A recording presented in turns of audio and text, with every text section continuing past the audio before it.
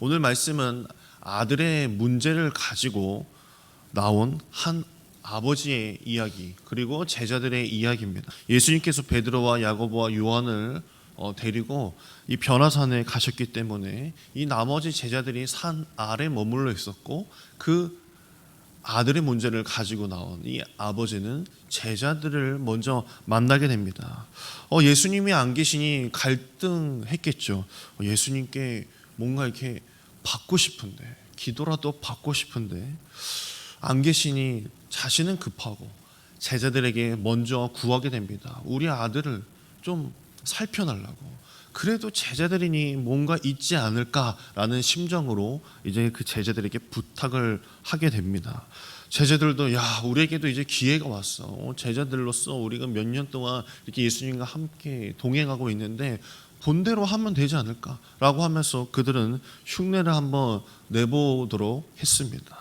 그러나 병은 고치지 못했다라고 말씀에 나오고 있죠. 제자도 당황스럽고 부모도 당황스러울 것입니다.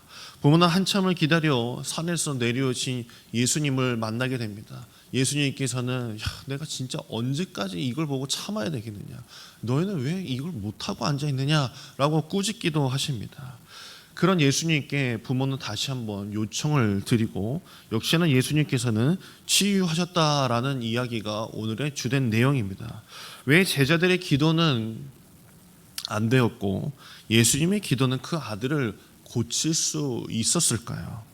기도는 나를 통해서 하나님이 역사하시는 것이라고 여기며 그 믿음으로 기도해야 하는데, 내가 한다고, 내가 할 수 있겠거나 라고 생각을 했기 때문입니다. 그래서 가능하지 않았던 것이죠. 내 손 위에 주께서 손을 올려 주셔야만이 역사가 있게 되는 것입니다. 105페이지 위를 보게 되면 요한복음 1장 12절에서 13절 말씀에 이렇게 나와 있습니다. 영접하는 자 곧 그 이름을 믿는 자들에게는 하나님의 자녀가 되는 권세를 주셨으니, 하나님께로 난 우리는 주님의 자녀인 것을 믿으십니까? 자녀로서 하나님께서 내 손을 잡아 주심을 믿는 것, 그것이 믿음인 것입니다. 아쉬운 부분은 책에서도 나와 있듯이 모든 믿는 자들이 이 권세와 능력을 다 누리지 못한다라는 것입니다. 오히려 그것이 버겁게만 느껴진다는 것이죠. 왜 그럴까요? 내가 해야 한다는 생각이 지배적이기 때문입니다. 하나님 뒀다 뭐 할래? 하나님을 도대체 뒀다가 뭐 할래? 주님께 기도해야 되는데 내가 하고 싶고 내가 할 수 있을 것 같다면 뭐하러 기도하겠느냐라는 것입니다. 그분의 일하심을 믿고 기도하시는 여러분 되길 간절히 소망합니다. 그래서 106페이지 우리 첫 번째 1번 우리 함께 한번 읽어보도록 하겠습니다. 문제가 갖는 영적인 원인을 알아야 합니다. 아멘. 우리 그 아래에 있는 마태복음 17장 15절 우리 함께 이어서 읽도록 하겠습니다. 주여 내 아들을 불쌍히 여기소서. 그가 간질로 불에도 넘어지며 물에도 넘어지는지라. 아멘. 영적인 문제는 기도로 알 수 있는 것입니다. 그 벽이 간질이라고 부모는 알고 고쳐달라고 요청을 했습니다. 그가 간질로 심히 고생하여 이 부모가 이렇게 이야기한 것이죠. 그러나 그 아들이 아픈 이유는 달랐습니다. 18절을 보게 되면 예수께서 꾸짖으시니 귀신이 떠나갔다라고 이렇게 이야기하죠. 그가 봤던 것과 예수님이 보고 판단하고 치유하셨던 그 병, 그리고 귀신은 달랐다라고 이렇게 이야기합니다. 의학적인 소견이 없었던 시절이라는 것을 감안하고 본다면 예수님이 보셨던 그 아들의 병은 귀신이었던 것입니다. 그래서 병원 가서 나을 것인지 기도해서 고침 받을 수 있는 것을 기도자는 영적인 시각으로 문제를 잘 파악하여 손에도 어려움도 없어야 한다는 것을 말해주고 있습니다. 그래서 우리는 기도로 문제를 잘 파악해야 되는 것이 문제를 바라보는 첫 번째 시선이다라고 이렇게 소개해주고 있습니다. 그리고 우리 106페이지 우리 아래를 보면 우리 두 번째 우리 함께 읽겠습니다. 기도 능력은 주님에게서 나옵니다라고 말하고 있습니다. 위와 같은 구절이 있는데 예수님께 불쌍히 여겨 달라라고 이렇게 아버지는 말했죠. 106페이지 아래를 보게 되면 기도의 응답은 불쌍해서 오는 것이 아니라 주님의 능력에서 나온다라고 말합니다. 접근하는 방법이 평소와는 조금 다르지만은 책에서는 하나님께서는 사랑의 하나님이시기 때문에 우리가 잘 살길 바라시고 행복하시길 바라시며 또 불쌍히 여기시는 것은 맞으나 사람의 형편이 불쌍해서 기도에 응답이 되는 것은 아니다라는 것을 말해주고 있습니다. 간절한 믿음 때문에 주님이 응답하시는 것입니다. 내 가슴속에 주여 내가 이것만큼은 정말 간절히 원합니다. 날 불쌍히 여겨주소서라는 것이 아니라 그 간절함 때문에 주님께서 그 아들의 문제를 해결해 주셨다는 것입니다. 그리고 107페이지 3번에 보게 되면 이렇게 이야기하고 있죠. 같이 읽겠습니다.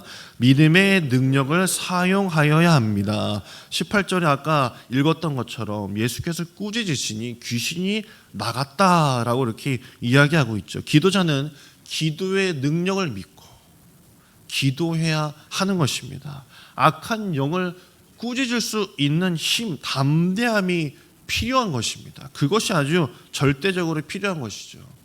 문제를 붙들고 부르짖어 기도하시는 여러분 되기를 간절히 소망합니다. 그냥 내가 주님 앞에 주저리 내 기도 제목만 나열하는 것이 아니라 주의 이름으로 꾸짖을 수 있는, 주의 이름으로 선포할 수 있는 마음의 힘이 필요한 것입니다. 그것은 하나님께서 주시는 것입니다. 영적으로 판단하고 그 문제가 무엇인지 간파하는 것, 그것이 첫 번째인 것이고, 두 번째로는 내가 불쌍함을 얻으려고 하는 것이 아니라 내가 하나님을 믿는 간절한 믿음을 가지고 기도하는 것이고, 그리고 마지막으로 꾸짖을 수 있는, 선포할 수 있는 마음의 힘을 가져야 된다는 것입니다. 그것이 주님의 자녀, 그 권세를 받은 자의 모습이다라는 것이죠. 이 이야기는, 제가 해드리는 이야기는 어느 교회인지는 밝힐 수는 없겠지만 감리교회 어떤 목사님, 그래도 좀 규모 있는 교회 목사님의 이야기예요. 목사님들 중에서는 아주 레디컬하고 아주 이성적인 판단을 가지고 하는 목사님들이, 그렇지 못한 목사님들도 있습니다. 선교지에 가서 선교지 이제 순방을 하잖아요.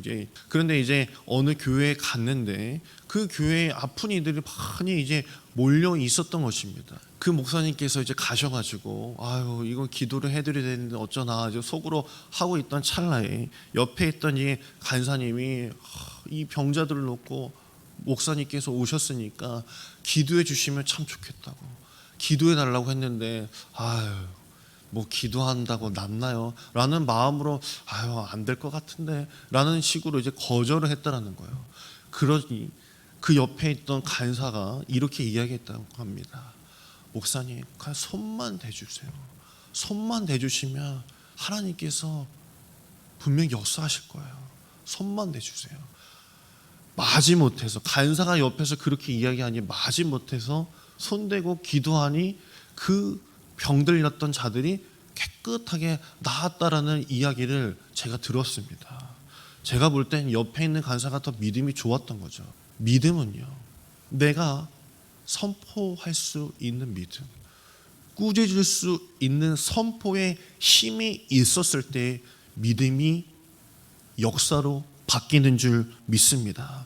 기도의 능력을 믿는 자들을 통해서만 기적과 역사는 펼쳐지게 되어 있는 것입니다. 내 안에 그냥 쌈 싸먹듯이 그냥 소유하고 여기에 쌓아 있는 것이 아니라 내가 그것을 펼쳐놓고 기도하고 선포할 수 있었을 때, 그때야만이, 간절함을 가지고 선포할 수 있을 때, 그때 비로소 하나님께서는 역사하신다는 것을 믿으시고, 오늘 이 시간 함께 기도할 때도 주께서 우리의 기도를 통하여서 그 간절함을 보시고 선포하는 믿음을 보시고, 우리 가운데 문제가 있는 자들이 있다면, 육신의 아픔이 있는 자들이 있다면, 자녀의 문제를 가지고 있는 기도의 제목들이 풀어지고 해결받는 시간 되길 간절히 소망합니다.